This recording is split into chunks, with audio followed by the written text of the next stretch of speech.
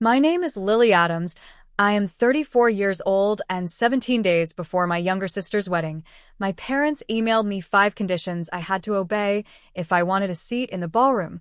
I had to drop every financial complaint against her, sign a confidentiality agreement, surrender my claim to our grandmother's property, contribute $25,000 to the wedding, and read a public apology for damaging family unity at the bottom. My father had written complete all 5, and will let you come. I read the message twice, then noticed the attachment they expected. To sign before midnight. They thought the deadline would frighten me. Instead, it clarified everything. I typed 4 words. I decline all 5. Sent the reply. Booked a beach suite in Malibu for the wedding weekend and called a couriers about one final gift. The box looked elegant enough for a bride who had turned her wedding into a 300-person performance. Inside, however, was something she had spent 2 years making sure no one would ever see. I knew she would open it publicly because she had already ordered the MC to announce every expensive present from important family. What she did not know was that my gift had no jewelry, no cash, and no apology. It contained a timeline, a voice recording, and one document carrying a signature that looked exactly like mine but was not. Before I tell you what she said and what happened after that box was opened, tell me what time is it for you right now? Where are you watching from? And what is the weather like there? I'm curious to see how far this story will travel. The first person I mentioned in that email was my younger sister. Her name was Natalie. And for most of our lives, my parents treated her mistakes as emergencies everyone else was responsible for solving. She was charming in public, quick with compliments, and gifted at making people feel chosen. At home, she measured relationships by usefulness when she needed a college deposit. I loaned her the money when she left a marketing job after 6 months. I helped her rewrite her resume and covered 2 months of rent. When she launched a luxury event company, I introduced her to 3 clients from my accounting firm. Every favor came with the same promise. She would repay me when things stabilized. Things never stabilized. The promises simply changed shape. Our grandmother had seen the pattern before anyone else admitted it. She left a restored coastal house called Mariner's Point to Natalie and me in equal shares, with a strict clause requiring both signatures for loan sales or major renovations. The place had sentimental value, but it also generated steady income from small weddings and corporate retreats. I handled the books. Natalie handled promotions. That arrangement lasted until she became engaged to a restaurant developer named Daniel Mercer. He was thoughtful, successful, and completely convinced that Natalie had built her company without family money. I did not dislike him. In fact, that made everything worse. 6 months before the wedding, I noticed a loan payment in the Mariner's Point ledger that I had never approved. The lender's description was vague, and when I asked Natalie about it, she laughed and said it was a temporary line of credit for renovations. I requested the loan file. She delayed. My parents told me not to create tension before the wedding. Then the lender finally sent a partial copy, and there it was, a commercial note for $240,000, secured against the property, bearing what appeared to be my electronic signature. I had never seen the document. I had never authorized the loan. When I confronted Natalie privately, she did not deny using the money. She said the wedding had grown more expensive. Her company had cash flow problems, and Daniel's new restaurant needed a bridge investment. Then she leaned across my desk and said, "You own half of something valuable. I needed you to act like family." I told her a forged signature was not a family favor. She rolled her eyes and accused me of being jealous because she was getting married first. That evening my mother called and said Natalie had made a technical mistake that could be fixed if I signed retroactive consent. My father followed with a message reminding me how embarrassing an investigation would be for everyone. I refused. 2 weeks later, the 5 conditions arrived.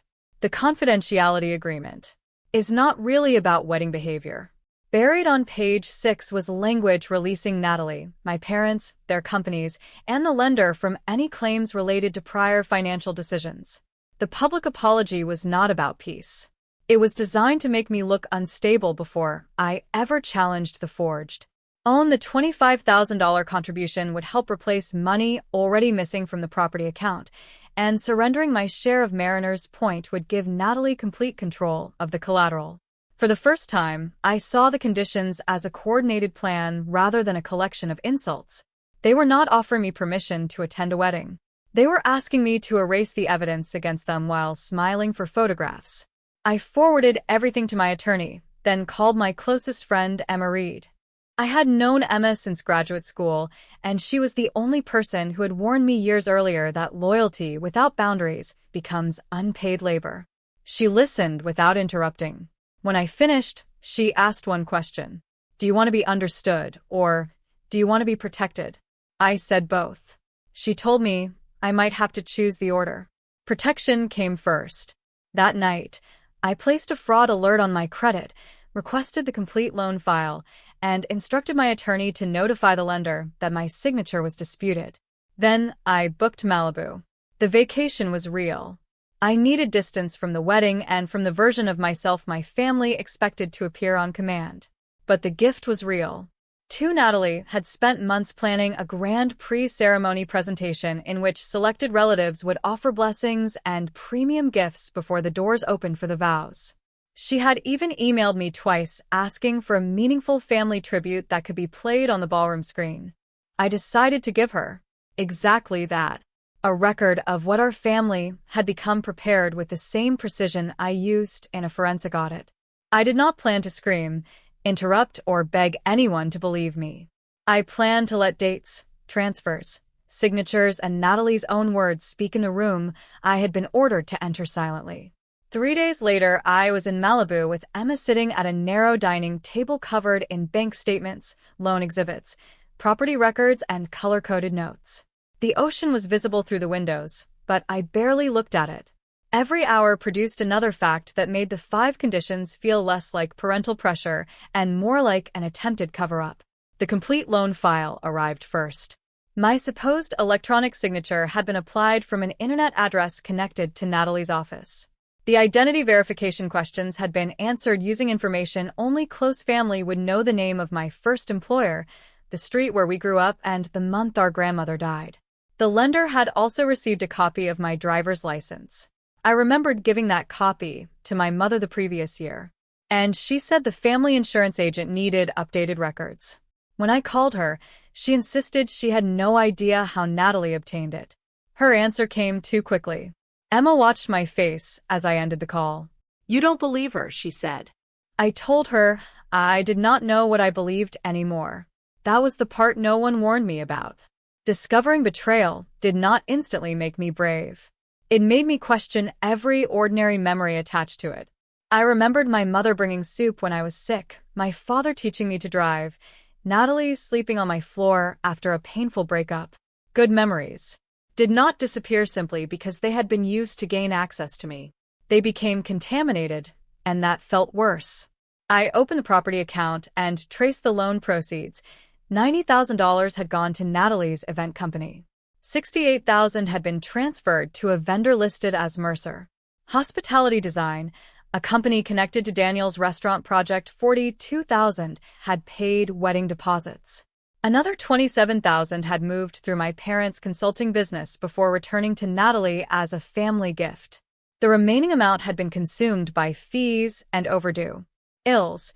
Daniel's company receiving money troubled me, but the transfer description suggested an investment he might have believed came from Natalie. Personally, I did not yet know whether he was involved or being used. Then Emma found the first twist. A spreadsheet hidden inside a shared archive showed projected ownership after the wedding. Natalie had listed herself as sole controller of Mariner's Point, Daniel as a future investor, and me under a column labeled released interest. The date was 2 months before my parents sent the conditions beside my name. Natalie had written, "Will sign to preserve invitation." I stared at that sentence until the words blurred. She had not hoped I would agree. She had calculated that I would. My lifelong desire to avoid embarrassing the family had become an asset on her spreadsheet. I wanted to call her and tell her I had seen everything, but Emma stopped me. "She has been planning around your reactions." She said, "Do not give her a new reaction to plan around." We continued in an old voice message thread.